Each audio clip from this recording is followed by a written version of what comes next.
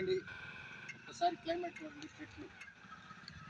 చెట్లు ఎంతో చల్లదనాన్ని ఇస్తాయి. ఒకసారి ప్రకృతికి చాలా ఆనందంగా ఉంటుంది. ఇంతలా ఎండాకాలం కూడా ఒక చెట్టు కింద ఉంటే అంత చల్లదనం అయితే ఇస్తూ ఉంది.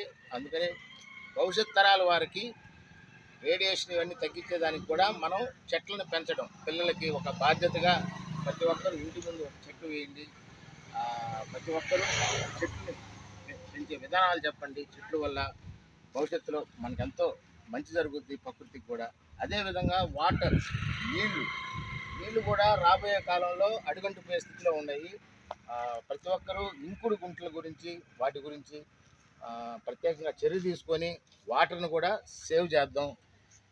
భావి తరాల వాళ్ళకి మనం ఇచ్చే ఆస్తులు చదువు, చక్కని ఆరోగ్యం, చక్కని ప్రకృతిని ఇవ్వాలని మనస్ఫూర్తిగా అందరిని కోరుకుంటూ సర్వే జనా సుఖినో భవంతు. All is well. జై హింద్.